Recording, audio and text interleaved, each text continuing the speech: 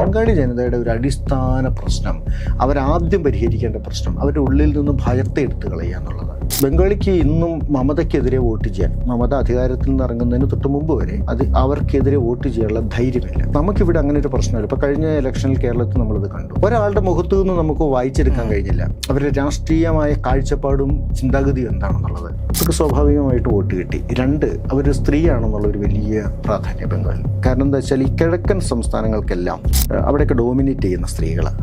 കുടുംബം, സമൂഹം, എല്ലായിടത്തും മാർക്കറ്റിൽ കച്ചവടം ചെയ്യുന്നത് തൊട്ട് വീട്ടുഭരണം വരെ സ്ത്രീകൾക്ക് പ്രാധാന്യമുള്ള സംസ്ഥാനങ്ങൾ. അതിൻ്റെ വാതിലാണ് ബംഗാൾ. പലരും സ്വകാര്യമായ സംഭാഷണത്തിൽ CPM ആയിരുന്നു നല്ലത് ബംഗാളിൽ എന്ന് പറയാൻ തുടങ്ങി. കാരണം എന്താ വെച്ചാൽ അഴിമതിയുടെ തോത് മാറി, രീതി മാറി. എന്നോടൊരിക്കലും ഒരാൾ അവിടെ സംസാരിച്ചൊരു കാര്യമുണ്ട്. തൃണമൂൽ വരുന്നതോട് കൂടിയിട്ട് ഒരു സാധാരണ മനുഷ്യന് ഒരു കട്ട ഭൂമി വാങ്ങിക്കണമെങ്കിൽ പോലും പ്രാദേശിക ഗുണ്ടയുടെ എന്ന് വെച്ചാൽ പ്രാദേശിക ഗുണ്ടയാണ് അവിടുത്തെ പ്രാദേശിക നേതാവ് ഒരു ഇടപെടൽ വരുന്നു. ഞാൻ എൻ്റെ കണ്ണുകൊണ്ട് കണ്ടിട്ടുള്ളത്. ഞങ്ങൾ താമസിക്കുന്ന ലേക്ക് ഗാർഡൻസിനടുത്തൊരിക്കൽ ഞാനും എൻ്റെ ഒരു സുഹൃത്തും കൂടി അടുത്തൊരു കൗൺസിലറെ കാണാൻ പോയൊരു സമയത്ത്, ബംഗാളിലെ ഒരു കൗൺസിലർ എന്ന് പറഞ്ഞാൽ ഒരു മന്ത്രിക്ക് തുല്യം പദവിയാണ്. പാർട്ടിയുടെ തകർച്ച, ബംഗാളിൽ CPMൻ്റെ തകർച്ച എന്ന് പറയുമ്പോൾ നമ്മളെല്ലാവരും തന്നെ പറയുന്നൊരു നന്ദിഗ്രാം വിഷയവും സിംഗൂരും എല്ലാം തന്നെയാണ്. അപ്പോൾ ഈ ഒരു വിഷയം അവിടുത്തെ ഗ്രാമീണ അടിത്തറയെ, പാർട്ടിയുടെ ഗ്രാമീണ അടിത്തറയെ എത്രത്തോളം മോശകരമായിട്ട് ബാധിച്ചിട്ടുണ്ടായിരുന്നു? ഞാൻ അതിനെ കാണുന്നത് എന്താണെന്ന് വെച്ച് കഴിഞ്ഞാൽ അതൊരു നിമിത്തം മാത്രം എന്നുള്ള രീതിക്കാണ്. അത് പാർട്ടിക്ക് പറ്റിയ ഒരു തെറ്റായിട്ടോ ഒരു അബദ്ധമായിട്ടോ ഞാൻ കരുതുന്നില്ല.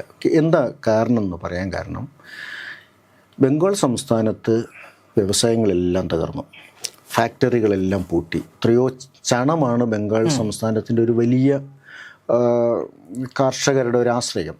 ഈ ചണം കൊണ്ട് ഉണ്ടാക്കുന്ന, നൂലുണ്ടാക്കുന്ന മറ്റു തരത്തിലുള്ള ഫാക്ടറികൾ ഒരു വലിയ ആശ്രയമായിരുന്നു ബംഗാളി ജനതയ്ക്ക്. അപ്പോൾ അങ്ങനെയുള്ള ഫാക്ടറികൾ പൂട്ടിപ്പോകുന്നു. അതുപോലെ തന്നെ തൊഴിലവസരങ്ങൾ ഇല്ലാതാകുന്നു. IT പോലുള്ള കേന്ദ്രങ്ങൾ വളരുന്നില്ല.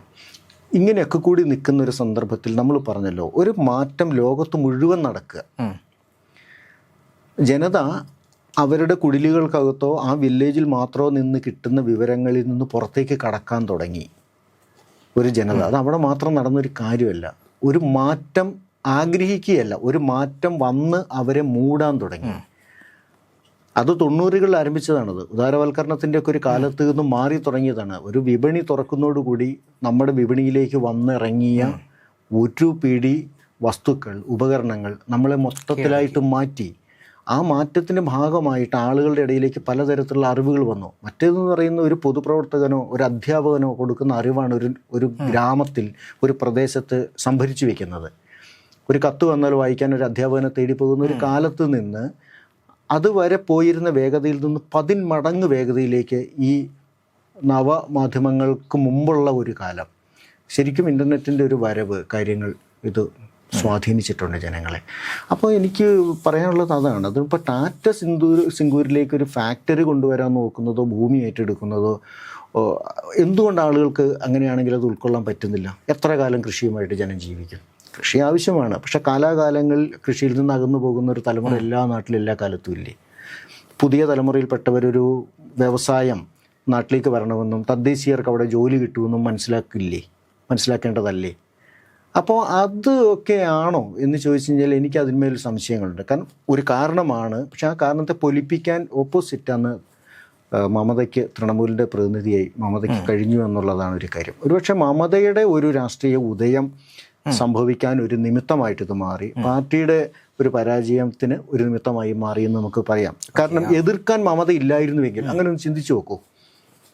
ഇപ്പോൾ പാർട്ടി ഭരണത്തിൽ ഇരിക്കുന്ന സമയത്ത് സിംഗൂരിൽ ഫാക്ടറി വരുന്നു, ഒരു കാർ ഫാക്ടറി വരുന്നു.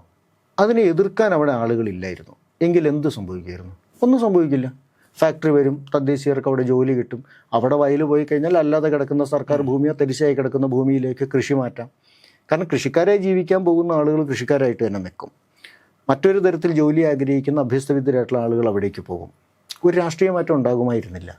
അപ്പോൾ അവിടെ എതിർക്കാൻ അന്ന് മമത, തൃണമൂൽ കോൺഗ്രസ് എന്ന രാഷ്ട്രീയ പ്രസ്ഥാനം ഉണ്ടായതുകൊണ്ട് മാത്രമാണ് ആ ഒരു പരാജയത്തിനകത്തേക്ക് പോയത്. അല്ലാതെ ആ ഫാക്ടറി വന്നതോ അത് വന്നതിൻ്റെ പുറകിലുള്ള രാഷ്ട്രീയ താല്പര്യങ്ങളോ അല്ല എന്നാണ് ഞാൻ അതിനെക്കുറിച്ച് കാണുന്നത്. അതായത് ഈ വിഷയങ്ങൾ സംഭവിച്ചിട്ടില്ലായിരുന്നുവെങ്കിൽ ഒരു പക്ഷേ ഇടതുപക്ഷം കുറച്ചു കാലം കൂടെ ബംഗാൾ ഭരിച്ചേനെ എന്ന് നമുക്ക് പറയാൻ പറ്റും. പറയാൻ പറ്റും, തീർച്ചയായിട്ടും പറയാൻ പറ്റും. അതിൻ്റെ ഒരു കാരണം എന്താണെന്ന് വെച്ചാൽ ബംഗാളി ജനതയുടെ ഒരു മനസ്സെങ്ങനെയാണ്. കേരളത്തിൽ ഈ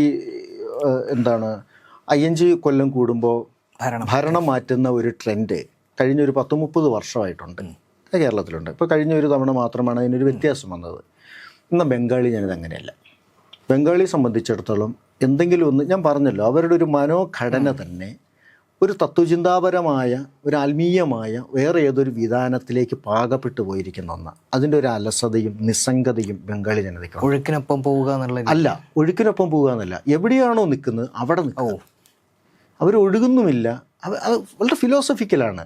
ഈ അടുത്ത കാലം വരെയുള്ള ബംഗാളിയുടെ ജീവിതം ഇപ്പം മാറി. ചെറുപ്പക്കാർ വന്നു, പുതിയ തലമുറ വന്നു, വിദ്യാഭ്യാസം ഒക്കെ മാറ്റിയിട്ടുണ്ട്. പക്ഷെ അതിന് മുമ്പ് വരെയുള്ളതെന്ന് പറഞ്ഞു കഴിഞ്ഞാൽ ഒരു ദിവസം 10 രൂപ വരുമാനമേ ഉള്ളുവെങ്കിൽ ആ 10 രൂപ വാങ്ങി ജീവിക്കും. എങ്ങനെ ജീവിക്കുന്നറിയോ? അതൃപ്തികളില്ലാതെ ജീവിക്കും, സന്തോഷത്തോടെ ജീവിക്കും.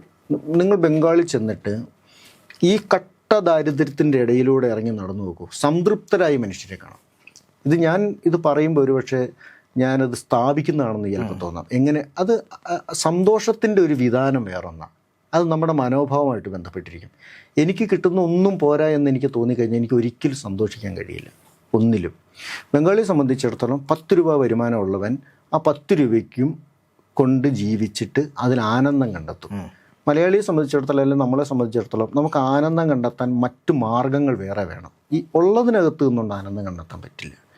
അതുകൊണ്ട് ബംഗാളിലെ ജനതയുടെ ഒരു കാര്യം എന്താണെന്ന് വെച്ച് കഴിഞ്ഞാൽ അവരവിടെ നിൽക്കും.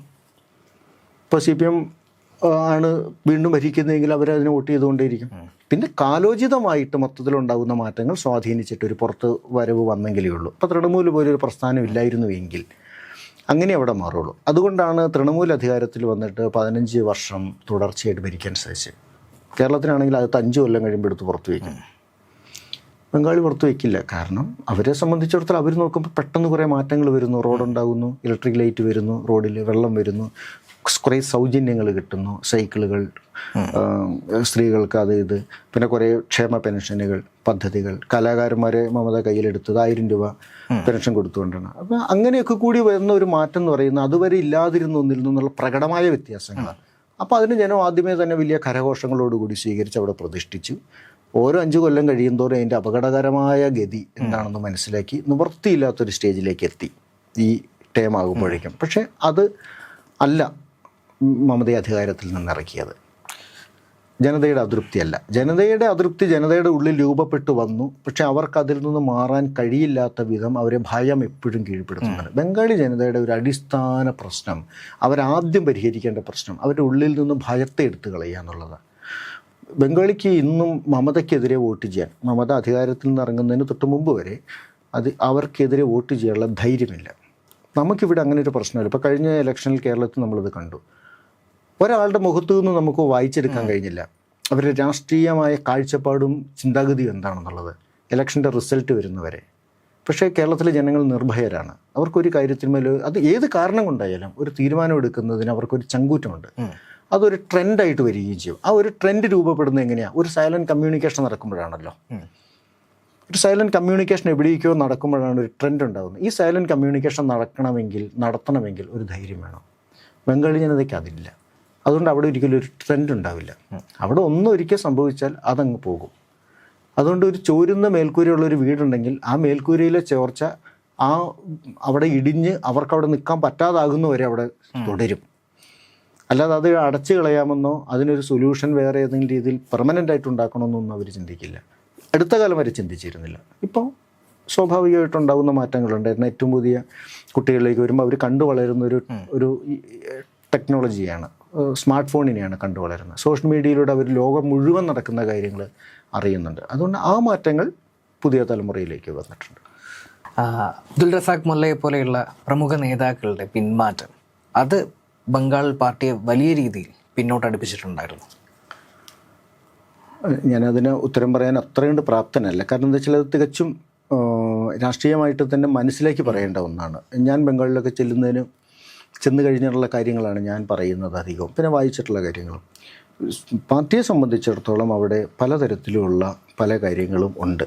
അതിന് രാഷ്ട്രീയമായ കാരണങ്ങളുണ്ടാവാം, അത്തരം നടപടികൾ എടുക്കുന്നതിന് പുറകിലും മറ്റും. അതാണ് ഞാൻ പറഞ്ഞത്. എനിക്കത് പുറത്തു നിന്ന് നോക്കി കണ്ടുകൊണ്ട് അത്ര കണ്ട് ആഴത്തിൽ പഠിക്കാതെ അതിനൊരു ഉത്തരം പറയാൻ സാധിക്കില്ല. എന്തായി കഴിഞ്ഞാലും ഭരണത്തിലിരുന്ന ഒരു സമയത്ത് പാർട്ടി എടുത്തിട്ടുള്ള ഏതെങ്കിലും നടപടികളോ നിലപാടുകളോ അല്ല പാർട്ടിയെ പുറകിലേക്ക് കൊണ്ടുപോയിട്ടുള്ളത്.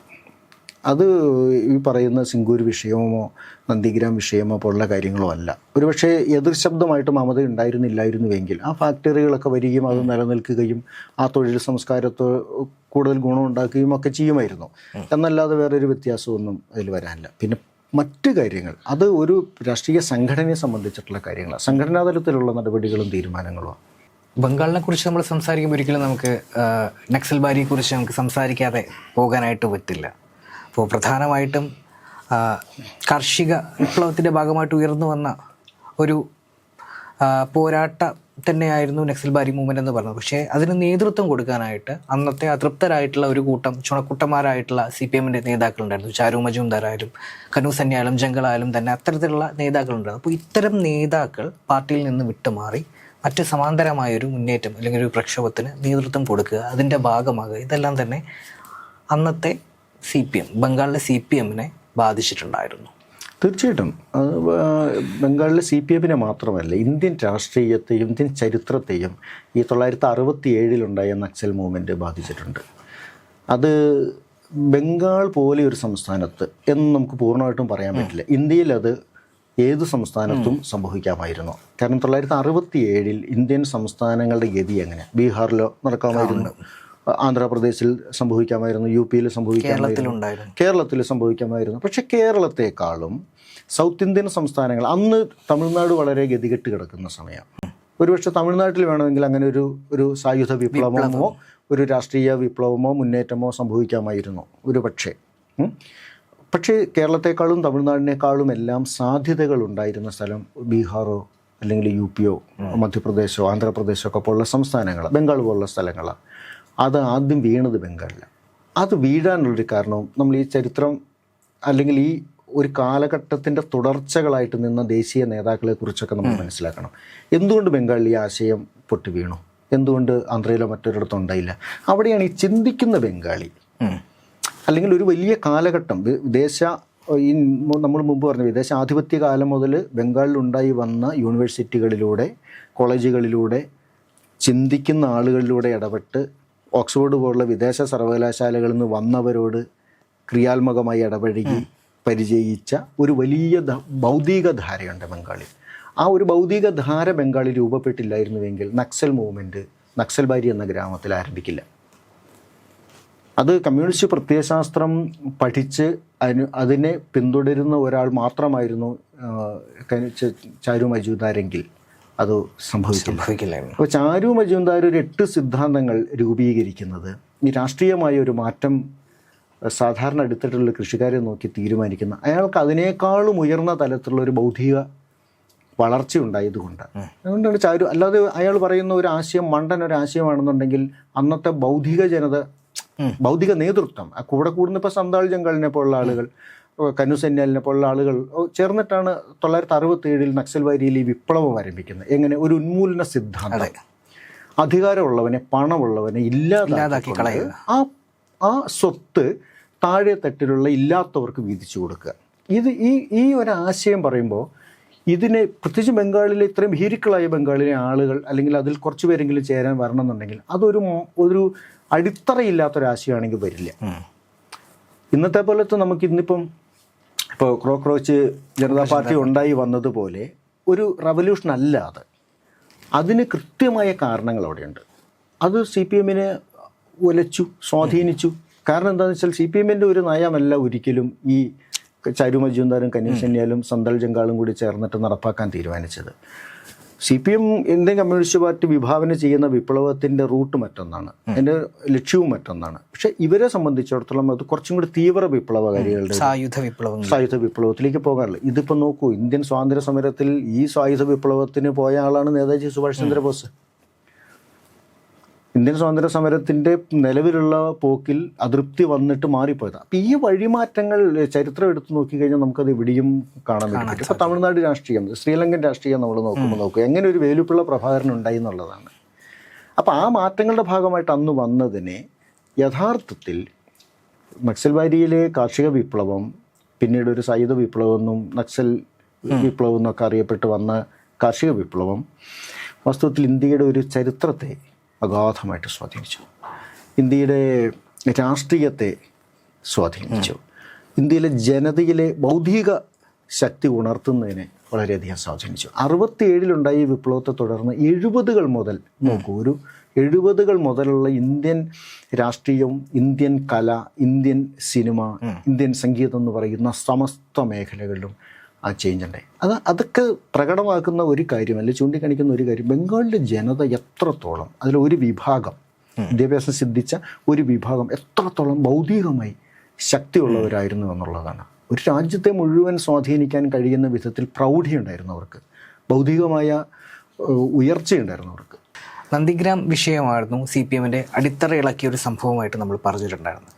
അപ്പോൾ മമതാ ബാനർജി എന്ന നേതാവിൻ്റെ ഉയർച്ചയാണോ അല്ലെങ്കിൽ CPM-ൻ്റെ പതർച്ചയാണോ അവിടെ ശരിക്കും ഉണ്ടായിട്ടുണ്ടായിരുന്നത്? മമതാ ബാനർജി എന്ന നേതാവിൻ്റെ ഉയർച്ചയാണ്, അത് നമുക്ക് മറച്ചു വയ്ക്കാൻ പറ്റില്ല. അതിൻ്റെ ഒരു കാരണം, അവർ കോൺഗ്രസിൽ നിന്ന് പിണങ്ങി പിരിഞ്ഞു പോകുന്ന ഒരാളാണ്. മാത്രമല്ല CPM ശക്തമായിട്ട് ബംഗാൾ ഭരിച്ചിരുന്ന സമയത്ത് രാഷ്ട്രീയമായിട്ട് മമതയെ ഒരുപാട് ദ്രോഹിക്കുകയും ചെയ്തിട്ടുണ്ട്. അത് സ്വാഭാവികമായിട്ടുണ്ടാകുന്നതാണ്, രാഷ്ട്രീയ പാർട്ടികൾ ഒരേ മത്സരത്തിലേക്ക് വരുമ്പോൾ ഉണ്ടാകുന്നൊരു കാര്യങ്ങൾ. പക്ഷേ മമതയ്ക്ക് മനസ്സിലായ മമതയുടെ ഒരു ബുദ്ധി എന്ന് പറയുന്നത്, നമ്മൾ സംസാരിച്ചു തുടങ്ങിയപ്പോൾ പറഞ്ഞൊരു കാര്യമില്ല, ഇന്ത്യൻ നാഷണൽ കോൺഗ്രസിൻ്റെ ഒരു ഗതിയെക്കുറിച്ച്. ഒരുപക്ഷെ ആ ഗതിയെ പറ്റി ഏറ്റവും നന്നായിട്ട് മനസ്സിലാക്കിയ ആളാവണം മമത. മമത ഒരു ചില്ലറക്കാരിയല്ല. ഇന്ത്യൻ നാഷണൽ കോൺഗ്രസ്സിൽ ഒരു നല്ല നേതൃത്വം ഇല്ലെന്നും ഇതിൻ്റെ കുടുംബവാഴ്ച എങ്ങോട്ടാണ് പോകുന്നതെന്നും ഈ പ്രസ്ഥാനത്തെ അഴിമതിയും മറ്റു തരത്തിലുള്ള സ്വാധീനങ്ങളും എങ്ങനെയെല്ലാം ഇല്ലാതാക്കും എന്നുള്ളതൊക്കെ ഒരുപക്ഷെ മമതയ്ക്ക് മുൻകൂട്ടി കാണാൻ കഴിഞ്ഞിട്ടുണ്ടാവണം. അത് വെറുതെ ഒരു അധികാര തർക്കത്തെ തുടർന്നുള്ള പുറത്താകലോ പുറത്തു പോകലോ ഒരു പാർട്ടി രൂപീകരണമോ മാത്രമാകണമെന്നില്ല. അവരെ സംബന്ധിച്ചിടത്തോളം അവർക്ക് മനസ്സിലായിട്ടുണ്ടാവും, കോൺഗ്രസിൻ്റെ കൂടെ നിന്ന് കഴിഞ്ഞാൽ ഒരു കയറി വന്നാലൊരു MLA ആകാനല്ലാതെ അത് കൂടുതലൊന്നും കഴിയില്ല എന്നുള്ളൊരു കാര്യം. എന്തായി കഴിഞ്ഞാലും ബംഗാളി ജനത വീരാരാധനയോടുകൂടി നോക്കിക്കണ്ട ഒരു രാഷ്ട്രീയ ഉദയമാണ് മമതയുടെ, സംശയമില്ല. അത് എന്താണ് അതിൻ്റെ ഒരു പശ്ചാത്തലം? 34 വർഷമായപ്പോഴേക്കും CPM-നെ സംബന്ധിച്ചിടത്തോളം നേതൃനിര എന്ന് പറയുന്ന മുകൾ തട്ട് നിൽക്കുന്ന ഏതാനും പേരല്ലാതെ മറ്റൊന്നുമില്ലാത്തിടത്തേക്ക് ഒതുങ്ങി. സർക്കാരുണ്ട്, പാർട്ടിക്ക് വോട്ട് കിട്ടുന്നുണ്ട് തിരഞ്ഞെടുപ്പുകളിൽ എന്നുള്ളതല്ലാതെ താഴെ തട്ടിലൊന്നും നേതാക്കന്മാരില്ലാതായി. യുവാക്കൾ SFI DYFIയിൽ പ്രവർത്തിക്കുന്ന യുവാക്കളുണ്ടെങ്കിലും അവർ മുഖ്യധാര രാഷ്ട്രീയത്തിലേക്ക് കടന്നു വരുന്നതിൻ്റെ ഇല്ല, അതിൻ്റെ തോത് കുറവാണ്. അടിത്തട്ടിൽ ആരാ ഉള്ളത് താഴെത്തട്ടി പ്രവർത്തിക്കാൻ? ആരുമില്ല. ഏറ്റവും ഉയർന്ന തലത്തിൽ നിൽക്കുന്ന കുറച്ച് മുതിർന്ന പാർട്ടി നേതാക്കന്മാരല്ലാതെ താഴെത്തട്ടിൽ ആരുമില്ലാത്തവരിടത്ത് മമതയ്ക്ക് കളിക്കാനുള്ളൊരു കളം ഒരുങ്ങി വരിക തന്നെയായിരുന്നു. അപ്പം മമത ഭവാനിപ്പൂരിൽ നിന്ന് പെട്ടെന്നൊരു ദിവസം രാഷ്ട്രീയത്തിലേക്ക് വന്നതല്ല. ദീർഘവർഷങ്ങളുടെ ഒരു പഴക്കം, പ്രതികാര ദാഹം ഒക്കെ അവർക്കുണ്ട്. പക്ഷെ അവർ വന്നു കഴിഞ്ഞപ്പോൾ സംഭവിച്ചൊരു കാര്യം എന്താ വെച്ചാൽ, അന്നത്തെ ജനത, 2011 ജനത ഈ കുറച്ചൊരു മാറ്റത്തെ ഇഷ്ടപ്പെട്ടു തുടങ്ങിയ കുറച്ചൊരു ഉണ്ട്. കാരണം എന്താ വെച്ചാൽ 5 കൊല്ലം കൂടുമ്പോഴത്തെ ഈ വോട്ടർമാരിലേക്ക് പുതിയ ആളുകൾ വരും, കുറച്ച് പഴയ ആളുകൾ പോകും. ഈ ആദർശങ്ങൾ പരിചയിച്ചിരുന്ന മനസ്സിലാക്കിയിരുന്ന ആളുകളുടെ എണ്ണം കുറയുകയും പഴയ ആദർശങ്ങളോ പാരമ്പര്യമോ വേണ്ടത്ര മനസ്സിലാക്കാത്തവർ പുതിയ വോട്ടർമാരായിട്ട് വരികയും ചെയ്യുമ്പോൾ പുതിയ ട്രെൻഡുകളെ അവർ ഇഷ്ടപ്പെടും. മമത ഒരു പുതിയ ട്രെൻഡായിരുന്നു ബംഗാൾ രാഷ്ട്രീയത്തിൽ. അവർക്ക് സ്വാഭാവികമായിട്ട് വോട്ട് കിട്ടി. 2, അവരൊരു സ്ത്രീയാണെന്നുള്ളൊരു വലിയ പ്രാധാന്യം ബംഗാളിൽ. കാരണം എന്താ വെച്ചാൽ ഈ കിഴക്കൻ സംസ്ഥാനങ്ങൾക്കെല്ലാം അവിടെയൊക്കെ ഡോമിനേറ്റ് ചെയ്യുന്ന സ്ത്രീകളാണ്. കുടുംബം, സമൂഹം, എല്ലായിടത്തും മാർക്കറ്റിൽ കച്ചവടം ചെയ്യുന്നത് തൊട്ട് വീട്ടുഭരണം വരെ സ്ത്രീകൾക്ക് പ്രാധാന്യമുള്ള സംസ്ഥാനങ്ങൾ. അതിൻ്റെ വാതിലാണ് ബംഗാൾ. മിസോറാം വരെ നീണ്ടു കിടക്കുന്ന മണിപ്പൂർ, മേഘാലയ, ആസാം തുടങ്ങിയുള്ള പ്രദേശങ്ങളിലേക്ക് കിടക്കുന്ന കിഴക്കൻ സംസ്ഥാനങ്ങളുടെ വാതിലാണ് ബംഗാൾ. ഈ ബംഗാളിൽ നിന്ന് അത് ആരംഭിക്കുക. അപ്പം അവിടെ ഒരു സ്ത്രീ എന്ന് പറഞ്ഞത് അധികാരത്തിലേക്ക് വരുമ്പോൾ 947 മുതലുള്ള ബംഗാളിൻ്റെ ചരിത്രം എടുത്താൽ അതുവരെ ഒരു സ്ത്രീ പോലും ഇല്ല. രാഷ്ട്രീയ നേതൃത്വത്തിലേക്ക് ഒരു സ്ത്രീ പോലും ഇല്ല. അതുണ്ടാക്കിയെടുക്കാൻ പാർട്ടിക്കും കഴിഞ്ഞിട്ടില്ല. പാർട്ടിയെ ഒരുപക്ഷെ ഇത് മുന്നേ കണ്ടിരുന്നു എന്നുണ്ടെങ്കിൽ നല്ലതായിരുന്നു എന്നൊക്കെ നമുക്ക് ഇന്ന് നിന്നിട്ട് പറയാം. അപ്പം അന്നത്തെ സാഹചര്യത്തിൽ മമത വരുമ്പോൾ കാളിയുടെ പ്രതിരൂപമായിട്ടാണ്, ദുർഗയുടെ പ്രതിരൂപമായിട്ട് വരുന്ന ഒരു സ്ത്രീ എന്നുള്ള രീതിക്കാണ് കാണുന്നത്. അപ്പം നോക്കൂ, ബംഗാളിലെ ജനസംഖ്യയിൽ വോട്ടർമാർ സ്ത്രീകളാണ് കൂടുതൽ. ഈ സ്ത്രീകളെ സംബന്ധിച്ചിടത്തോളം ഇവർക്ക് സന്തോഷത്തോടു കൂടി വോട്ട് ചെയ്യാനുള്ള ഒരാളാണ് മമത. അങ്ങനെയാണ് മമത അവരുടെ ദീദിയായിട്ട് മാറിയത്. പിന്നെ അവർ ഉയർത്തിപ്പിടിച്ചൊരു മുദ്രാവാക്യം തന്നെ മാ മാട്ടി മാനുഷ് എന്നുള്ള ഒന്നാണ്. അപ്പോൾ ഈ മാട്ടി മാനുഷ് എന്നൊക്കെ കേൾക്കുമ്പോഴത്തേക്കും ഈ പോയറ്റിക്കലായി നിൽക്കുന്ന ഒരു ജനതയാണ് ബംഗാളി. ഞാൻ പറഞ്ഞിട്ടുണ്ടല്ലോ, അവരെ ഇതൊക്കെ അങ്ങോട്ട് ആവേശം കൊള്ളിക്കും. കാരണം അവരുടെ ഉള്ളിൽ ഈ കല വല്ലാണ്ട് കിടപ്പുണ്ട് ഇപ്പോഴും ബംഗാളിയുടെ ഉള്ളിൽ. അപ്പോൾ ഈ വരയ്ക്കുന്ന ഒരാൾ അല്ലെങ്കിൽ അഭിനയിക്കുന്ന ഒരാൾ, പാടുന്ന ഒരാൾ എന്നൊക്കെ പറഞ്ഞു കഴിഞ്ഞാൽ അവർക്കതൊരു വലിയ നേതാവാണ്. ഓക്കെ, ഇപ്പോൾ ഈ ഒരു 3 ടേം, മമതയുടെ ഈ 3 ടേമിനെ നമുക്ക് എത്രത്തോളം അല്ലെങ്കിൽ ഏത് രീതിയിൽ നമുക്ക് വിലയിരുത്താൻ പറ്റും? ഇന്ത്യൻ രാഷ്ട്രീയത്തിൽ നമ്മൾ നോക്കുകയാണെന്നുണ്ടെങ്കിൽ തൃണമൂൽ കോൺഗ്രസിൻ്റെ ഈ 3 ടേം ഭരണം അല്ലെങ്കിൽ ബംഗാൾ സംസ്ഥാനത്തെ അധികാരം എന്ന് പറയുന്ന പ്രാദേശിക രാഷ്ട്രീയ കക്ഷികളുടെ ഒരു സാങ്കത്യവും പ്രസക്തി എത്രയാണെന്നും അത് ഏതുവരെ പോകുമെന്നുമുള്ളൊരു പഠന വസ്തുവായിട്ട് എടുക്കാം എന്നേ പറയാൻ പറ്റുള്ളൂ. ഇന്ത്യൻ രാഷ്ട്രീയത്തിൽ തൃണമൂലിൻ്റെ ഒരു സ്ഥാനം. സംസ്ഥാന രാഷ്ട്രീയത്തിലേക്ക് വന്ന് നമ്മളതിനെ വിലയിരുത്തുകയാണെങ്കിൽ വാസ്തവത്തിൽ അതൊരു ജനതയ്ക്ക് സംഭവിച്ച മണ്ടത്തരമാണെന്ന് തന്നെ പറയേണ്ടി വരും. എന്നാൽ പൂർണ്ണമായും ജനതയ്ക്ക് സംഭവിച്ചൊരു മണ്ടത്തരമാണെന്ന് ഞാൻ പറയുകയുമില്ല. ഒരു തിരുത്താവശ്യമുണ്ടായിരുന്നു. പക്ഷേ ആ തിരുത്താൻ ശ്രമിച്ച ജനതയ്ക്ക് തങ്ങൾക്ക് പറ്റിയ പിഴവ് തിരുത്താനുള്ള ധൈര്യമില്ലാതായി. അവിടെ ആർക്കും തൊടാൻ കഴിയാത്ത വിധത്തിലേക്കൊരു വളർച്ച മമത തൃണമൂലുണ്ടാക്കിയെടുത്തു എന്ന് പറഞ്ഞാൽ നോക്കൂ, ഈ 34 വർഷം CPM അവിടെ ഭരിക്കുന്ന സമയത്ത് ഇലക്ഷനിൽ അവർക്ക് ജയിക്കണമെന്നേ ഉള്ളൂ. അതല്ലാതെ അഭിപ്രായ വ്യത്യാസമുള്ള ഒരാളുടെ അഭിപ്രായ വ്യത്യാസത്തെ അംഗീകരിക്കാതിരിക്കുമായിരുന്നില്ല. മമത ജയിച്ചു വന്നതോടുകൂടി ചെയ്ത് അഭിപ്രായ വ്യത്യാസം ഉണ്ടാവാൻ പാടില്ല എന്നുള്ള തീരുമാനം, അടിച്ചമർത്തൽ തുടങ്ങി. CPM ഭരിക്കുമ്പോൾ ജയിക്കണമെന്നേ ഉള്ളൂ. ജയിക്കാനുള്ള തന്ത്രങ്ങളും പ്രയോഗങ്ങളും പ്രചാരങ്ങളും ഒക്കെ നടത്തും, പാർട്ടി ജയിക്കുകയും ചെയ്യും. എന്നതിനപ്പുറത്ത് വേറൊരാൾക്ക് പിന്നെ കോൺഗ്രസിനൊന്നും അവിടെ വോട്ട് കിട്ടില്ലല്ലോ അന്നത്തെ സമയത്ത്. അല്ലെങ്കിൽ തെരഞ്ഞെടുപ്പിൽ മത്സരിക്കാൻ എതിരാളികളില്ലാതെ വരണ്ടേ. അപ്പോൾ CPM-നെ സംബന്ധിച്ചിടത്തോളം ജനാധിപത്യം പുലരണമെന്ന് തന്നെ ആഗ്രഹിച്ചുകൊണ്ട് ആ രീതിക്ക് തന്നെ പോയിരുന്നത്. പക്ഷെ മമത വന്നപ്പോൾ സംഭവിച്ചത്, മമത എതിർ ശബ്ദങ്ങൾ ഉണ്ടാവാൻ പാടില്ല എന്ന് തീരുമാനിച്ചു. ഓരോ ഇലക്ഷൻ, പഞ്ചായത്ത് ഇലക്ഷൻ തൊട്ട് ഏത് ഇലക്ഷൻ വരുമ്പോഴും പൂർണ്ണമായിട്ടും വോട്ടുകൾ തൃണമൂലിന് തന്നെ കിട്ടണം എന്നുള്ള രീതിയിലേക്ക് വന്നു. അപ്പോൾ അവർ മെഷീനറി ഉപയോഗിക്കാൻ തുടങ്ങി, ഗവൺമെൻറ് സംവിധാനങ്ങൾ ഉപയോഗിക്കാൻ തുടങ്ങി, അധികാരം ഉപയോഗിക്കാൻ തുടങ്ങി. അതിലേക്ക് ഭീഷണിപ്പെടുത്തൽ, അതിലേക്ക് ക്രൂരമായ വയലൻസ്, അക്രമങ്ങൾ, പല കാര്യങ്ങളും അവർ അതുവരെ സംസ്ഥാനം കണ്ടിട്ടില്ലാത്ത മട്ടിൽ പ്രയോഗിക്കാൻ തുടങ്ങി. അവിടെയാണ് ബംഗാളിലെ ജനത ഭയക്കാൻ തുടങ്ങിയത്. പിന്നെ അവരെ മുന്നോട്ട് നയിച്ചത് മുഴുവൻ ഈ ആരാധനയ്ക്കപ്പുറം ഭയമാണ്, ദീദിയോടുള്ള ഭയമാണ്. ദീദിയോടും ദീദിയുടെ കീഴിലുള്ള ഗുണ്ടാ സംഘങ്ങളോടും ഈ ചെറുപ്പക്കാരോടുമുള്ള അവരുടെ ഭയം എന്ന് വെച്ചാൽ ലോക്കൽ ബോഡി തൃണമൂൽ കോൺഗ്രസിനെ പ്രൊട്ടക്റ്റ് ചെയ്യുന്നത് എങ്ങനെയാണെന്ന് വെച്ചാൽ അവിടുത്തെ ചെറുപ്പക്കാർ വെച്ചിട്ടാണ്. ഈ ചെറുപ്പക്കാരായിട്ടുള്ള ആളുകളെ സംബന്ധിച്ചിടത്തോളം ഒറ്റ ദൗത്യമേ ഉള്ളൂ, ആ പരിസരത്തുള്ള ആളുകൾ തൃണമൂൽ വിട്ട് മറ്റൊരു പാർട്ടിയിലേക്ക് പോകാതെ നോക്കുക.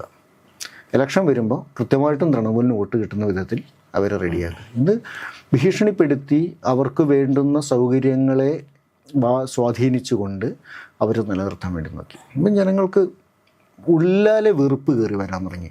പലരും സ്വകാര്യമായ സംഭാഷണത്തിൽ CPM ആയിരുന്നു നല്ലത് ബംഗാളിൽ എന്ന് പറയാൻ തുടങ്ങി. കാരണം എന്താ വെച്ചാൽ അഴിമതിയുടെ തോത് മാറി, രീതി മാറി. എന്നോടൊരിക്കലും ഒരാൾ അവിടെ സംസാരിച്ചൊരു കാര്യമുണ്ട്. CPM ഭരിക്കുന്ന സമയത്ത് അവിടെ എന്തെങ്കിലും ഒരു വികസനം, ഒരു പാലമോ ഒരു കനാലോ പോലുള്ള എന്തെങ്കിലുമൊക്കെ കാര്യങ്ങൾ വരുമ്പോൾ അവിടുത്തെ ഒരു അഴിമതി ആ കാലത്തെന്ന് പറയുന്നത് എങ്ങനെയാണെന്ന് വെച്ചാൽ അതുമായി ബന്ധപ്പെട്ട ആർക്കെങ്കിലും പണി കൊടുക്കണം എന്നുള്ളതാണ്. ആ പരിസരത്തുള്ള പാർട്ടിയുമായി ബന്ധപ്പെട്ട് നിൽക്കുന്ന അടുപ്പുള്ള ആർക്കെങ്കിലും അവിടെ ജോലി കൊടുക്കണം. ഏതൊരു കനാല് പണിക്കോ ഒരു കലുങ്ക് പണിക്കൊക്കെ ആണെന്ന് ഓർക്കണം, അവർക്ക് ജോലി കൊടുക്കണം. അതല്ലാതെ വന്നു കഴിഞ്ഞാൽ എന്തെങ്കിലും ഒരു സംഭാവന പാർട്ടിയുടെ ആവശ്യത്തിനായിട്ട് വാങ്ങുന്നത്. ഇതതിൻ്റെ ചിത്രം മാറി. തൃണമൂൽ വരുന്നതോട് കൂടിയിട്ട് ഒരു സാധാരണ മനുഷ്യന് ഒരു കട്ട ഭൂമി വാങ്ങിക്കണമെങ്കിൽ പോലും പ്രാദേശിക ഗുണ്ടയുടെ എന്ന് വെച്ചാൽ പ്രാദേശിക ഗുണ്ടയാണ് അവിടുത്തെ പ്രാദേശിക നേതാവ്, അവരുടെ ഇടപെടൽ വരുന്നു. ഞാൻ എൻ്റെ കണ്ണുകൊണ്ട് കണ്ടിട്ടുള്ളത്. ഞങ്ങൾ താമസിക്കുന്ന ലേക്ക് ഗാർഡൻസിനടുത്തൊരിക്കൽ ഞാനും എൻ്റെ ഒരു സുഹൃത്തും കൂടി അടുത്തൊരു കൗൺസിലറെ കാണാൻ പോയൊരു സമയത്ത്, ബംഗാളിലെ ഒരു കൗൺസിലർ എന്ന് പറഞ്ഞാൽ ഒരു മന്ത്രിക്ക് തുല്യം പദവിയാണ്. ഒരു കൗൺസിലറെ കാണാൻ പോയ സമയത്ത് ഞാൻ അത്രയും ഉള്ളാലെ കരഞ്ഞു പോയൊരു സന്ദർഭം വേറെ ഉണ്ടാവില്ല. കാരണം ഈ ദരിദ്രരായ മനുഷ്യർ അല്ലെങ്കിൽ നിസ്വരായ മനുഷ്യർ മറ്റൊരു മനുഷ്യൻ്റെ മുമ്പിൽ ഇങ്ങനെ കൈകുപ്പി ഈ ദയനീയമായി നിൽക്കുന്ന ഒരു കാഴ്ച, യാചിക്കേണ്ടി വരുന്ന അവസ്ഥ. ഒരു മരണത്തെ സംബന്ധിച്ചിട്ടുള്ള ഒരു അടക്കവുമായി ബന്ധപ്പെട്ട ഒരു കാര്യം കൗൺസിലിൻ്റെ അടുത്ത് പറയാൻ വരുന്ന ഒരാളുടെ നിൽപ്പും കാര്യവും നമ്മൾ ആനന്ദിൻ്റെ ഒക്കെ കൃതികളിൽ വായിച്ചിട്ടുണ്ട്. ഈ ഇന്ത്യയിലെ ആളുകളുടെ ഒരു ചിത്രം. അതല്ലാണ്ട് കേരളത്തിൽ നിന്ന് പോകുന്ന എനിക്കത് സങ്കല്പിക്കാൻ പോലും സത്യം പറഞ്ഞാൽ പറ്റുമായിരുന്നില്ല. ഞാൻ കണ്ണുകൊണ്ട് കണ്ടിട്ട് നമുക്ക് പ്രതികരിക്കാൻ കഴിയുന്നില്ല. ഒന്നും സാധിക്കുന്നില്ല. ഇവരുടെ ഒരു അവസ്ഥ എന്ന് പറഞ്ഞാൽ ഒരു മരിച്ചുപോയ ഒരു കാര്യവുമായി ബന്ധപ്പെട്ടിട്ടുള്ളൊരു കാര്യത്തിന് വന്നിട്ട് സംസാരിക്കുമ്പോൾ ആ കൗൺസിലറുടെ ധാർഷ്ട്യവും ഇവനോട് എടുക്കുന്ന അധികാരവും കാര്യങ്ങളും നമുക്ക് അറപ്പ് തോന്നും. അത്രത്തോളം ദയനീയമായ വിധത്തിലേക്ക് തൃണമൂലിൻ്റെ 15 വർഷത്തെ ഭരണം എത്തി പോയി. റിയൽ എസ്റ്റേറ്റ് മാഫിയ നഗരങ്ങളിലേക്ക് വന്ന് പിടിമുറുക്കി. നമുക്കത് കാണുമ്പോൾ അറിയാം. അതായത് ഈ കൊൽക്കത്ത എന്ന് പറയുന്നത് central Kolkata, north Kolkata, south Kolkata എന്ന് പറഞ്ഞിങ്ങനെ ഈ ഹൂഗ്ലി നദിയുടെ അപ്പുറം ഇപ്പുറമായിട്ട് ഒരു 4 സെക്ടറുകളായി തിരിഞ്ഞു കിടക്കുന്ന ഒരു പുരാതന നഗര സമുച്ചയമാണ്. അതിലെ കെട്ടിടങ്ങൾക്ക് പലതിനും നൂറ്റാണ്ടുകളുടെ പഴക്കമുണ്ട്, പലതിനും ഉടമസ്ഥരില്ല, പലതിലും അതിൻ്റെ ശരിയായ താമസക്കാരല്ല താമസിക്കുന്നത്. എന്ന് പറഞ്ഞാൽ അത്രത്തോളം ഒരു ഇടകലർന്ന് ഇടപഴകിയ ഒരു ജീവിതം അവിടെ നിൽക്കുക നഗരത്തിൽ. നമുക്കറിയില്ല ഇത് ബംഗ്ലാദേശിൽ നിന്ന് കടന്നു കയറി ഇവിടെ അനധികൃതമായി വന്ന് പാർക്കുന്നവനാണോ, പഴയ ബംഗാളി തന്നെയാണോ, ഇനി വേറെ ഏത് സ്റ്റേറ്റിൽ നിന്ന് വന്ന് നിൽക്കുന്നതാണോ, ഒന്നും അറിയില്ല. അങ്ങനെ ആയിരക്കണക്കിന് കെട്ടിടങ്ങളുണ്ട് നഗരത്തിൻ്റെ അകത്ത്. ആ പല കെട്ടിടങ്ങളും അല്ല ആൾപ്പാർപ്പില്ലാതെ കിടന്ന വീടുകളും കെട്ടിടങ്ങളും ഇടിച്ചു പോവുകയും അവിടെ പുതിയ ബഹുനില മന്ദിരങ്ങൾ വരികയും ഈ കഴിഞ്ഞ ഒരു 5-6 വർഷം കൊണ്ട്, പ്രത്യേകിച്ചും കോവിഡിന് ശേഷം ഞാൻ 1-2 തവണ നാട്ടിൽ 1-2 വർഷത്തോളം ഇടയ്ക്ക് നാട്ടിൽ കൂടെ വരേണ്ടി വന്നിരുന്നു. അത് കഴിഞ്ഞിട്ടൊക്കെ ഞാൻ ചെല്ലുമ്പോൾ ഞാൻ അതിശയപ്പെട്ടു പോവുക. ഒരു മാസം കൊണ്ടൊക്കെ നമുക്ക് മനസ്സിലാവാൻ പറ്റാത്ത വിധത്തിൽ സ്ട്രീറ്റുകളിലെ കെട്ടിടങ്ങൾ മാറിപ്പോണം. അപ്പം അത്രത്തോളം റിയൽ എസ്റ്റേറ്റ് മാഫിയ വളർന്നു, ഒരു സംസ്കാരത്തെ സ്വാധീനിക്കുന്ന വിധത്തിലേക്ക് വന്നു. എന്നാൽ റോഡിൽ കച്ചവടം ചെയ്തിട്ടും ചായ വിറ്റും ജീവിക്കുന്ന ജനതയ്ക്ക് എന്തെങ്കിലും മാറ്റം ഉണ്ടായോ? ഇല്ല. ഞാൻ ചെന്ന കാലത്ത് തൊട്ട് ഇന്ന് വരെ നോക്കിക്കഴിഞ്ഞാൽ അവരിന്നും അതേ പണിയെടുത്തുകൊണ്ട് അവരുടെ തൊട്ടടുത്ത തലമുറയോ അവിടെ നിൽക്കുന്നത് കാണാം. ഇപ്പോൾ റിക്ഷ വലിക്കാൻ വരുന്നവർ ഒക്കെ ബംഗാളിൻ്റെ ഉൾപ്രദേശങ്ങളിൽ നിന്ന് വന്നിട്ട് ഹൗറ പോലുള്ള സ്ഥലങ്ങളിൽ ഒരു മുറിയോ വീടോ വാടകയ്ക്ക് എടുത്തിട്ട് ആണ് ഈ പണിയെടുക്കുന്നത്. ഒരിക്കൽ ഞാനൊരു ബാർബർ, ചെറുപ്പക്കാരൻ, എല്ലാം ചെറുപ്പക്കാരായിട്ടുള്ള ആളുകളാണ്. ഞാൻ റോഡ് സൈഡിൽ ഒന്ന് സങ്കല്പിച്ച് നോക്കും, ചുമരിൽ ഒരു കണ്ണാടി തൂക്കിയിട്ടുണ്ട്, ഒരു കസേര ഉണ്ട് ഇപ്പുറത്ത്, വേറെ ഒന്നുമില്ല. ചില സ്ഥലത്താണ് നമ്മൾ തന്നെ കണ്ണാടി പിടിച്ചിട്ടിരിക്കണം, ഒരു മരത്തിൻ്റെ ചുവട്ടിലായിരിക്കും ഇത്, അല്ലെങ്കിൽ ചെറിയ എന്തെങ്കിലും ഷെയ്ഡ് കിട്ടിയിട്ടുണ്ടാവും. ഒരു ചെറുപ്പക്കാരൻ, ഞാൻ അവിടെ പോയിരുന്നിട്ട് അവനോട് സംസാരിച്ചപ്പം ഈ പറഞ്ഞൊരു സ്വപ്നങ്ങളുമായി നഗരത്തിലേക്ക് വന്നൊരു യുവാവാണ്. നമ്മൾ ഈ പുതിയ കാലത്ത് നിന്നുകൊണ്ട് 21-ാം നൂറ്റാണ്ടിൽ നിന്നുകൊണ്ട് നമ്മളും കാണുന്നൊരു ചിത്രം ഒന്ന് ആലോചിച്ചോ. ഇന്നും ഗ്രാമത്തിൽ നിന്ന് ഒരു പുതിയ ജീവിത സ്വപ്നം കണ്ട് നഗരത്തിലേക്ക് വന്നൊരു യുവാവ് ഒരു മരച്ചുവട്ടിൽ ഈ തൻ്റെ കസ്റ്റമേഴ്സിനെയും കാത്തിട്ട് ഒരു കണ്ണാടിയും പിടിച്ചുകൊണ്ട് ഇരിക്കുക. എന്ത് നേട്ടമാണ് ഉണ്ടാക്കാൻ വേണ്ടി പറ്റുക? എങ്ങനെ ഒരു കുടുംബത്തെ, കുട്ടികളെ സ്കൂളിൽ അയച്ചൊരു നല്ല വിദ്യാഭ്യാസം കൊടുത്ത് എങ്ങനെ അയാൾക്ക് വളർത്താൻ പറ്റും? റിക്ഷ പിടിക്കാൻ വരുന്നത് ചെറുപ്പക്കാർ വരുന്നു. എന്തുകൊണ്ട് വരുന്നു? വിദ്യാഭ്യാസം ഇല്ലാത്തതുകൊണ്ടല്ലേ വരുന്നത്. ഇവരെത്ര കാലം, ഇവരുടെ ആരോഗ്യം തകരുന്നത് വരെ അല്ലാതെ ഇവർക്ക് എത്ര കാലം ഇത് കൊണ്ടുപോകാൻ വേണ്ടി പറ്റും? ഒരു 300 രൂപ 350 രൂപയ്ക്കാണ് ഒരു ദിവസം ആകെ ഇവർക്ക് മിച്ചം പിടിക്കാൻ പറ്റുന്ന പൈസ.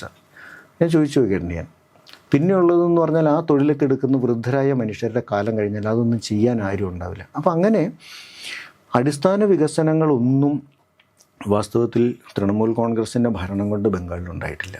അടിസ്ഥാന വർഗത്തിന് ഉയർച്ച ഉണ്ടായിട്ടില്ല. വെറും കൃഷിക്കാരൻ ഇന്നും 300 രൂപയ്ക്ക് താഴെ എന്തോ അവിടെ കൂലിയുള്ളൂ. ആകെ ആണുങ്ങൾക്കും പെണ്ണുങ്ങൾക്കും കൂടി നമ്മൾ നോക്കിക്കഴിഞ്ഞാൽ ഒരു കുടുംബത്തിൽ 2 പേരും കൂടി അധ്വാനിച്ചാൽ ഒരു ദിവസം ഒരു 700 രൂപ സമ്പാദിക്കാൻ പറ്റുമായിരിക്കും. 700 രൂപ സമ്പാദിക്കാൻ പറ്റും. കേരളത്തിലെ സ്ഥിതി എന്ന് പറഞ്ഞാൽ അങ്ങനെയല്ല. കേരളത്തിൽ ഇന്ന് പണിയെടുക്കാൻ താല്പര്യമുള്ള ഒരാളാണെങ്കിൽ, അത് മലയാളി ആവട്ടെ മലയാളി അല്ലാത്ത ഒരാളാവട്ടെ, പണിയെടുക്കാൻ താല്പര്യമുണ്ടോ, ആരോഗ്യമുണ്ടോ, പണിക്കിറങ്ങിക്കഴിഞ്ഞാൽ 1000 രൂപ തൊട്ട് 1500 രൂപ ഒരു ദിവസം സമ്പാദിക്കാം.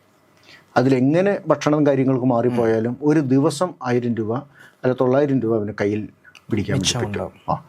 അതിൽ ഒരു മാസം എല്ലാ ദിവസവും പണിയെടുക്കണമെന്നില്ല, ഇഷ്ടമുള്ളപ്പോൾ പോയി പണിയെടുത്താൽ മതി. ഒരർത്ഥത്തിൽ പറഞ്ഞാൽ ബംഗാളിൽ മമത ചോദിച്ചു വാങ്ങിയ പരാജയം തന്നെയായിരുന്നു അല്ലേ? ഇത് മമത ചോദിച്ചു വാങ്ങിയ പരാജയമല്ല, ഇത് BJP അടിച്ചേൽപ്പിച്ച പരാജയമാണ്. കാരണം മമതയ്ക്ക് ഒരിക്കലും സ്വപ്നം പോലും കണ്ടിരുന്നില്ല ഈ പരാജയം. മമത തൃണമൂൽ കോൺഗ്രസും അഭിഷേക് ബാനർജിയും അതിലെ മറ്റു നേതാക്കന്മാരും ഒക്കെ വിചാരിച്ചിരുന്നത് തങ്ങളെ ആർക്കും തൊടാൻ കഴിയില്ല എന്നുള്ളതാണ്. എന്ന് മാത്രമല്ല, ഈ ടീമും കൂടി കിട്ടുകയാണെങ്കിൽ മമത മെല്ലെ ഈ ഇന്ത്യ സഖ്യത്തോടൊക്കെ ഇടഞ്ഞും അടുത്തും അകന്നും ഒക്കെ നിന്നിരുന്ന രീതി വിട്ടിട്ട് ഒരു കുറച്ചും കൂടി ദേശീയ രാഷ്ട്രീയത്തിലേക്ക് ശ്രദ്ധ കേന്ദ്രീകരിക്കും. അപ്പോൾ 4ാമത്തെ ടൈമൊക്കെ ആകുമ്പോഴത്തേക്കും എനിക്കൊന്ന് പഴയ കോൺഗ്രസ് നേതാവ് വിധാൻ ചന്ദ്ര റോയ് ആണെന്ന് എനിക്ക് തോന്നുന്നു തുടർച്ചയായിട്ട് ഭരിച്ചത്.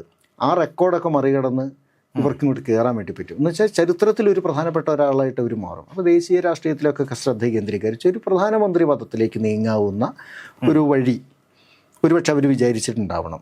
ആരും അവിടെ ഇപ്പോൾ ഇത് സംസാരിച്ചുകൊണ്ടിരിക്കുന്നത് ഞാൻ പോലും വിചാരിച്ചിട്ടില്ല. ഈ തെരഞ്ഞെടുപ്പിൽ തൃണമൂൽ കോൺഗ്രസിനൊരു പരാജയം ഉണ്ടാകുന്നു.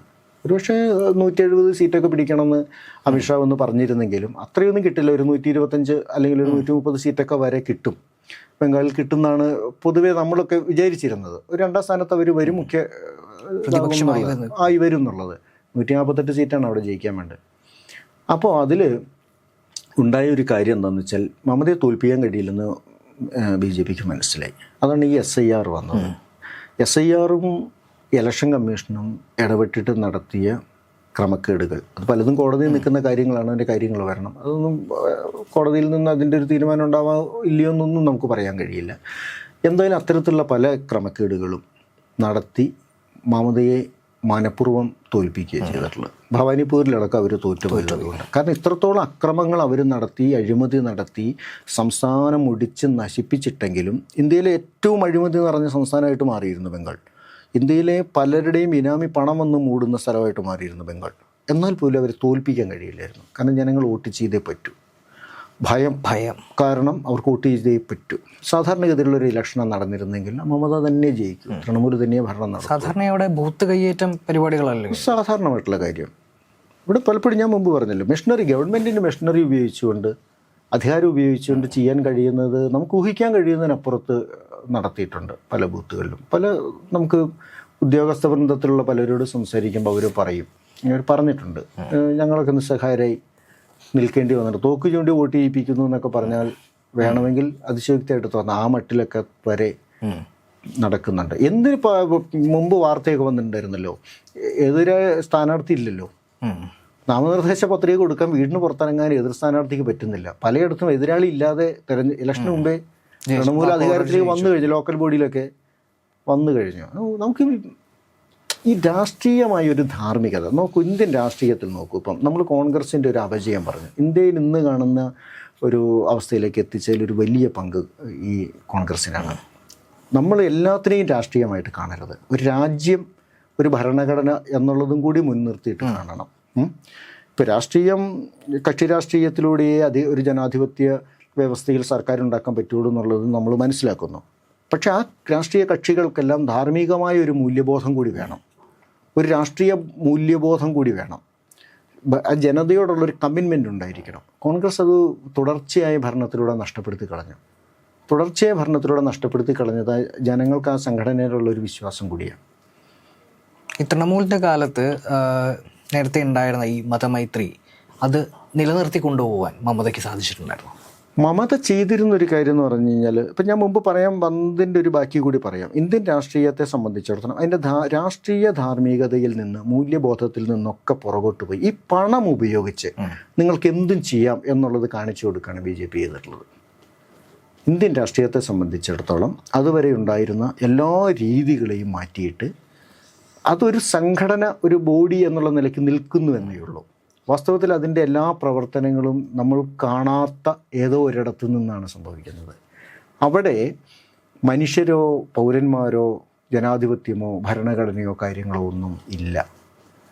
നിങ്ങൾക്ക് പണം ഉപയോഗിച്ചിട്ട് നിങ്ങൾക്ക് എന്തും നേടാം, ആ അധികാര കേന്ദ്രത്തോട് നിന്നുകൊണ്ട് നിങ്ങൾക്ക് എന്തും ചെയ്യാം എന്നുള്ള വളരെ സുതാര്യമായിട്ട് തുറന്ന് പച്ചയ്ക്ക് അതങ്ങോട്ട് പ്രചരിപ്പിക്കുക എന്നുള്ള രീതിയാണ് നടന്നത്. ഇതിനെ ഇന്ത്യയിലെ ഒട്ടുമിക്ക രാഷ്ട്രീയ കക്ഷികളും പിന്തുടരാൻ തുടങ്ങി. അതാണ് ഇന്ത്യൻ ജനാധിപത്യത്തിന് ഇപ്പോൾ ഉണ്ടായിട്ടുള്ള ഏറ്റവും വലിയൊരു സങ്കടകരമായ അവസ്ഥ, പതനം, അപജയം. ഇന്ത്യയിലെ ഈ BJP തുടങ്ങി വെച്ച ഈ ഒരു ട്രെൻഡിൻ്റെ പിന്നാലെ ഇന്ത്യയിലെ ഒട്ടുമിക്ക രാഷ്ട്രീയ പാർട്ടികളും കക്ഷികളും പോകാൻ തുടങ്ങി. ബംഗാളിലെ തൃണമൂൽ കോൺഗ്രസ് ചെയ്ത അതാണ്.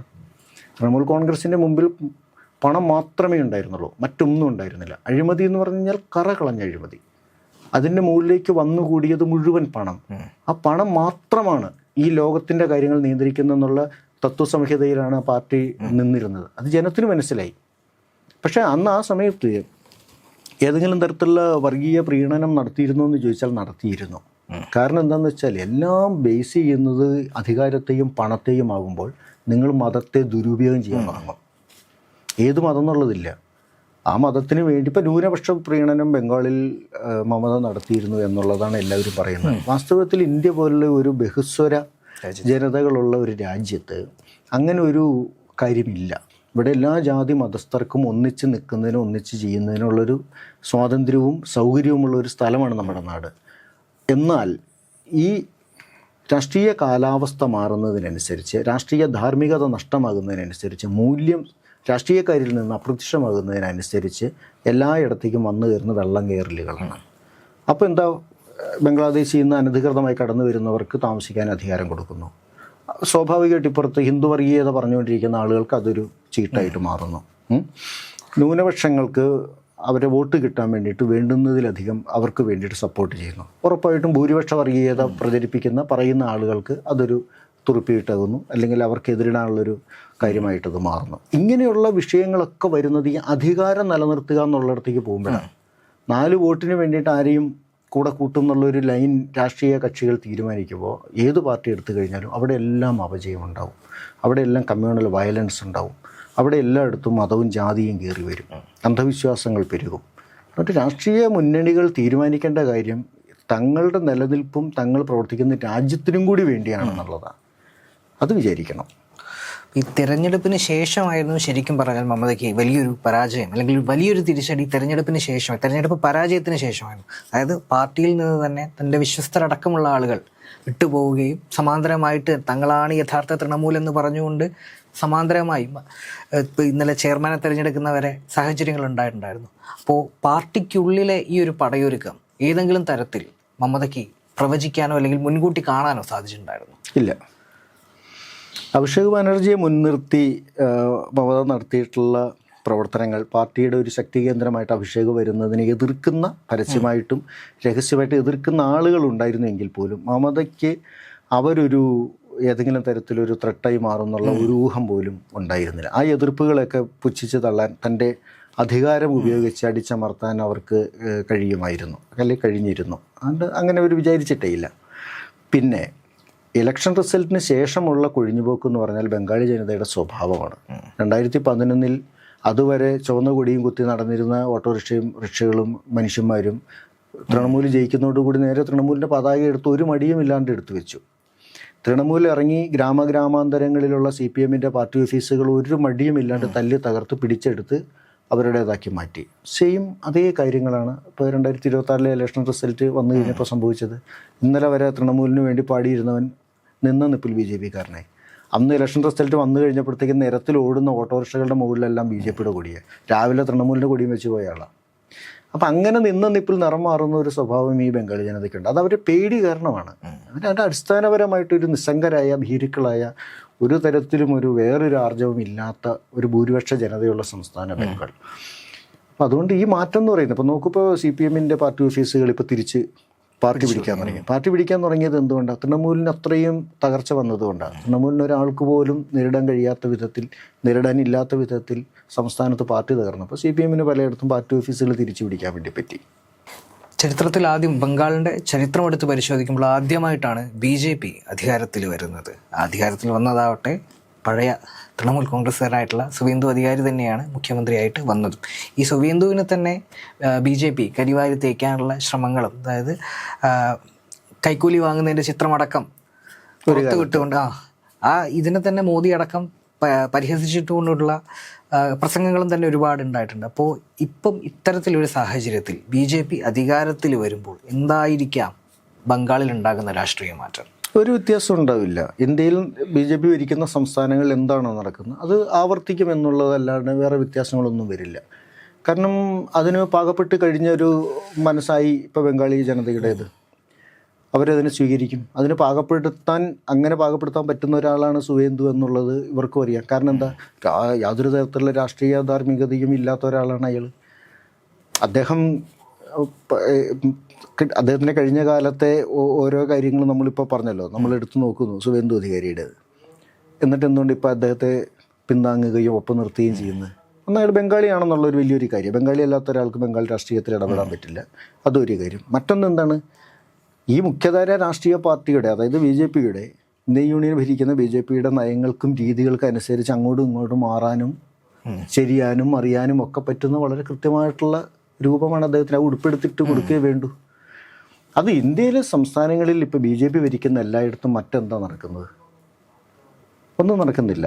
അതായത് ഞാൻ പറഞ്ഞല്ലോ, എവിടെയോ ഒരു അധികാര കേന്ദ്രമുണ്ട്. ഒരു പാർട്ടി ഘടന, നമ്മൾ ഈ കാണുന്ന പാർട്ടി ഘടനയ്ക്കും അപ്പുറം ഒരു അധികാര കേന്ദ്രം പ്രവർത്തിക്കുന്നുണ്ട്. അധികാര കേന്ദ്രമോ ഒരു നിയന്ത്രണ കേന്ദ്രമോ മറ്റെന്തോ പറയാൻ പറ്റും ഒരു തീർച്ചയായിട്ടും. അപ്പോൾ അത് എന്ന് വെച്ച് കഴിഞ്ഞാൽ ഞാനതിന് ഭരണകൂടം അഥവാ സ്റ്റേറ്റ് എന്ന് തന്നെ പറയാനാണ് ആഗ്രഹിക്കുന്നത്.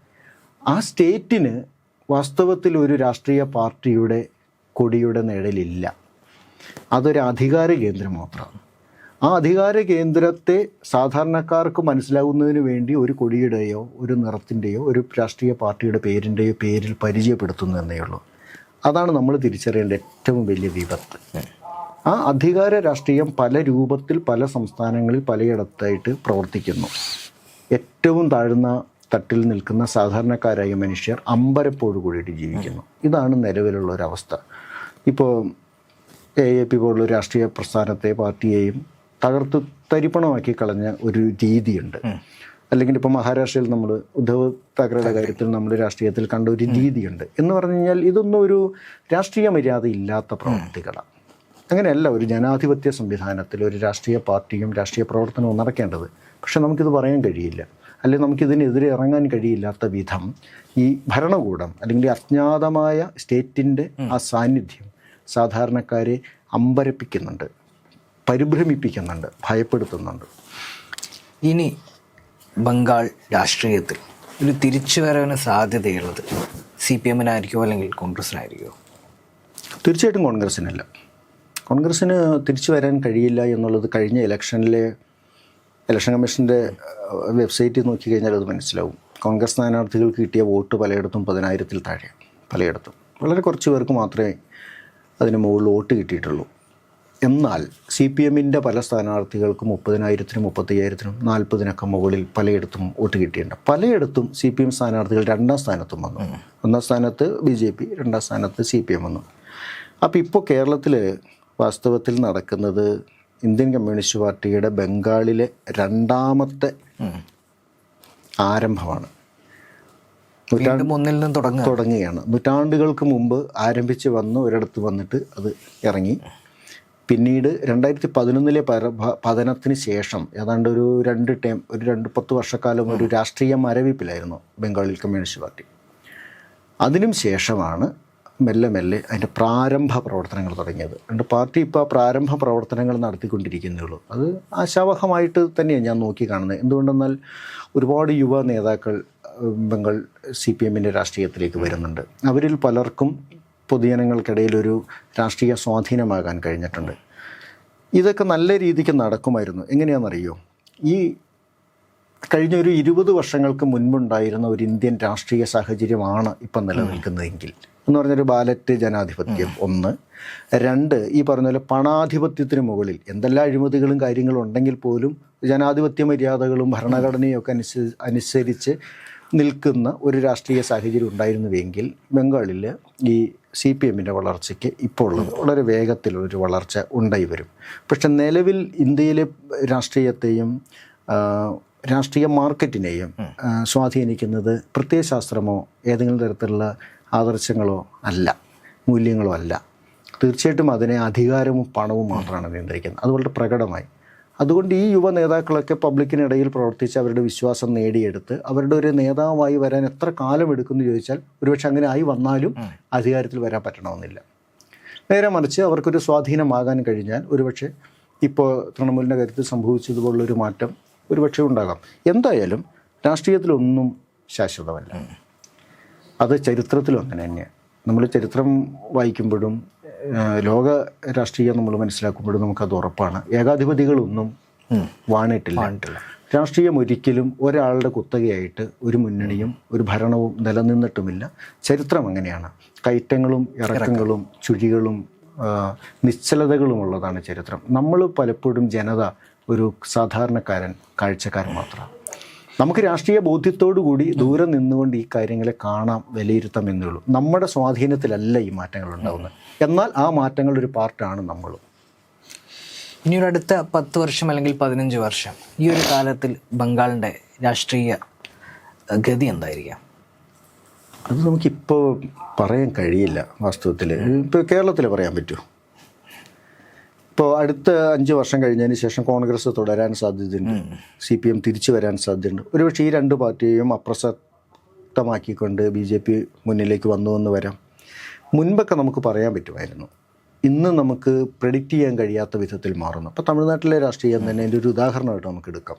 ഒരുപക്ഷെ കേരളത്തിൽ ഇപ്പം നോക്കൂ, ഇപ്പോൾ AAP ഡൽഹി ഭരിച്ചത് തന്നെ നമ്മളൊന്ന് പുറകിലേക്ക് പോയി നോക്കിയാൽ പോരെ.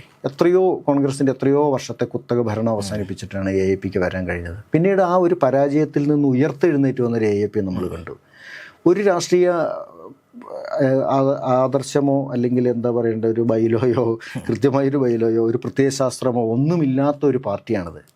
അഴിമതിക്കെതിരെ എന്ന് പറയുന്ന ഒരു വാചകം ഒരു ബൈലോയോ അല്ലെങ്കിൽ ഒരു പ്രത്യയശാസ്ത്രമോ ഒന്നും അല്ലല്ലോ. അത് വെച്ചുകൊണ്ട് അവർക്ക് ഇന്ത്യൻ രാഷ്ട്രീയത്തിലൊരു എന്താ പറയണ്ടേ, അതിനൊന്ന് സ്വാധീനമാകാനല്ല എങ്കിൽ പോലും ഒന്ന് പിടിച്ചു കുലുക്കാനായിട്ട് സാധിച്ചിട്ടുണ്ട് കഴിഞ്ഞല്ലോ. അപ്പം അതുകൊണ്ട് ഇത് പ്രിഡിക്റ്റ് ചെയ്യാൻ വേണ്ടി പറ്റില്ല. പക്ഷേ വരുന്നൊരു 10 കൊല്ലത്തെ ഞാൻ വ്യക്തിപരമായിട്ട് പ്രത്യാശയോടുകൂടി നോക്കി കാണുന്നത് ഇടതുപക്ഷത്തിൻ്റെ ഒരു തിരിച്ചുവരവാണ് ബംഗാളിൽ. അത് പക്ഷേ ഈ നിലവിലുള്ള ഇലക്ഷൻ കമ്മീഷൻ രീതികൾ അല്ലെങ്കിൽ ഈ SIRക്ക് ഇപ്പോൾ വന്നതാണ്. നോക്കൂ, ഇതെല്ലാം പുതിയ പുതിയ സ്ട്രാറ്റജികളാണ്. ഒരു ഇലക്ഷൻ എങ്ങനെ അട്ടിമറിക്കണമെന്ന് വളരെ ബുദ്ധിപരമായി ആലോചിച്ചുകൊണ്ട് കണ്ടെത്തുന്ന മാർഗങ്ങളാണിതെല്ലാം. അതല്ലാതെ ഇതെല്ലാം ഒരു ആവശ്യമല്ല. ഈ പുതിയ മണ്ഡല രൂപീകരണം, സംസ്ഥാന രൂപീകരണം എന്നൊക്കെ പറഞ്ഞു വരുന്നതിൻ്റെ എല്ലാം പുറകിൽ അധികാരം നിലനിർത്തുന്നതിന് ഉപയോഗിക്കുന്ന പുതിയ തന്ത്രങ്ങൾ മാത്രമാണ്. അപ്പോൾ അതൊക്കെ ഇനി ഏത് മട്ടിൽ പുനരവതരിക്കും, ഏത് പുതിയ തന്ത്രങ്ങൾ കടന്നു വരുന്നു നമുക്കറിയില്ല ഇപ്പോൾ പറയാൻ. പക്ഷെ രാഷ്ട്രീയമായൊരു പ്രത്യാശ എനിക്കുള്ളത്, സാധാരണ മനുഷ്യരെ സംബന്ധിച്ചിടത്തോളം അവരെ സപ്പോർട്ട് ചെയ്യുന്ന ഒരു പ്രത്യയശാസ്ത്രം എന്ന് പറയുന്നത് കമ്മ്യൂണിസ്റ്റ് പാർട്ടിയുടേതാണ്. അപ്പം അത് വന്നു കഴിഞ്ഞാൽ, ആ മറ്റുള്ള ഒരു നേതൃനിര ഉണ്ടായി വന്നു കഴിഞ്ഞാൽ ഈ ജനാധിപത്യ മര്യാദകൾ മാത്രമല്ല, ഒരു മതേതരത്വം നമുക്ക് വളരെ അത്യാവശ്യമുള്ള ഒരു കാര്യമാണ്. സംഗീതവും കലയും ഒക്കെ ആയിട്ടുള്ള മനുഷ്യൻ്റെ ഒരു ബന്ധം നമുക്ക് വളരെ അത്യാവശ്യമുള്ളൊരു കാര്യമാണ്. അതുപോലെ പ്രാഥമികമായിട്ടുള്ള ശാസ്ത്രീയമായ യുക്തിബോധത്തോടു കൂടിയിട്ടുള്ള ഒരു ശാസ്ത്ര ചിന്ത മനുഷ്യന് വളരെ അത്യാവശ്യമുള്ള കാര്യങ്ങളാണ്. അപ്പോൾ ഇത്തരം കാര്യങ്ങളൊക്കെ പ്രോത്സാഹിപ്പിക്കുന്നതും മനസ്സിലാക്കുന്നതും ഇടതുപക്ഷമായതുകൊണ്ട് അതിൻ്റെ ഒരു വരവ് ആണ് ജനതയ്ക്ക് ആവശ്യം. അങ്ങനെ നിൽക്കുന്ന ഒരു സമൂഹത്തിനെ ഭദ്രതയുള്ള ഒരു മനോഘടനയോടുകൂടി പ്രവർത്തിക്കാൻ കഴിയുകയുള്ളൂ. അവിടെയേ സമാധാനം ഉണ്ടാവുകയുള്ളൂ. നമ്മളെല്ലാം സമാധാനം ആഗ്രഹിക്കുന്ന ആളുകളായതുകൊണ്ട് അങ്ങനെ സംഭവിക്കുമെന്ന് പ്രത്യാശിക്കാം.